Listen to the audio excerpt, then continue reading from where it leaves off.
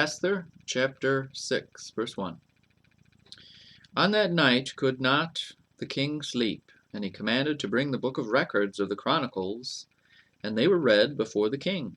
And it was found written that Mordecai had told of Bigthana and Teresh, two of the king's chamberlains, the keepers of the door, who sought to lay hand on the king Ahasuerus. And the king said, What honor and dignity hath been done to Mordecai for this? Then said the king's servants that ministered unto him, There is nothing done for him. And the king said, Who is in the court? Now Haman was come into the outward court of the king's house to speak unto the king to hang Mordecai on the gallows that he had prepared for him. And the king's servants said unto him, Behold, Haman standeth in the court. And the king said, Let him come in. So Haman came in, and the king said unto him, What shall be done unto the man whom the king delighteth to honor? Now Haman thought in his heart, To whom would the king delight to do honor more than to myself? And Haman answered the king, For the man whom the king delighteth to honor.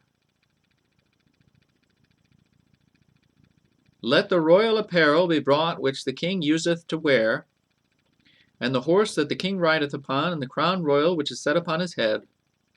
And let this apparel and horse be delivered to the hand of one of the king's most noble princes, that they may array the man withal whom the king delighteth to honor, and bring him on horseback through the street of the city, and proclaim before him, Thus shall it be done to the man whom the king delighteth to honor. Then the king said to Haman, Make haste, and take the apparel and the horse, as thou hast said, and do even so to Mordecai the Jew, that sitteth at the king's gate. Let nothing fail of all that thou hast spoken. Then took Haman the apparel and the horse, and arrayed Mordecai, and brought him on horseback through the street of the city, and proclaimed before him, Thus shall it be done unto the man whom the king delighteth to honor. And Mordecai came again to the king's gate, but Haman hasted to his house mourning and having his head covered. And Haman told Zeresh his wife and all his friends everything that had befallen him. Then said his wise men and Zeresh his wife unto him, If Mordecai be of the seed of the Jews, before whom thou hast begun to fall, thou shalt not prevail against him, but shalt surely fall before him.